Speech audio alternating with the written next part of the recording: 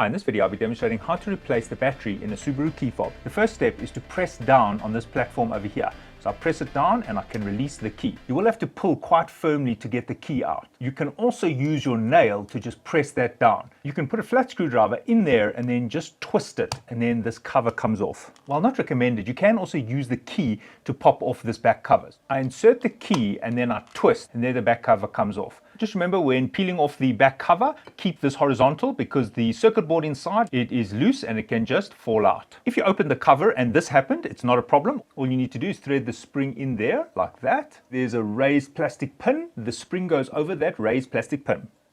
Reseat this fitting by pressing down and it will lock in place. It's held in place by this plastic lip. Just make sure it can depress like that. If it cannot depress like that, the spring has not been seated correctly. To remove the battery from the housing, I press down on these two black pads and then I pull the battery out like that. If you're having trouble getting the battery out, you can use a screwdriver to just pop out the battery. Make sure you hold the black plastic while you pop out the battery. The replacement battery is a CR2032.